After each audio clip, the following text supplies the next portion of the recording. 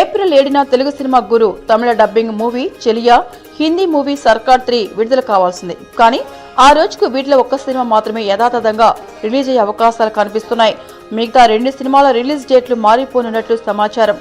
7న అనుకున్న వెంకీ మూవీ గురును వారం ముందే రిలీజ్ చేసే యోచనలో ఉన్నాడట నిర్మాత శశికాంత్. చెలియా మీద మంచి బజ్ ఉన్న నేపథ్యంలో దీంతో పోటీపడి కలెక్షన్లు పంచుకోవడం కంటే వారం ముందే ఉగాది వీకెండ్ లో సినిమాను రిలీజ్ చేయడం బెటర్ అని భావిస్తున్నారట.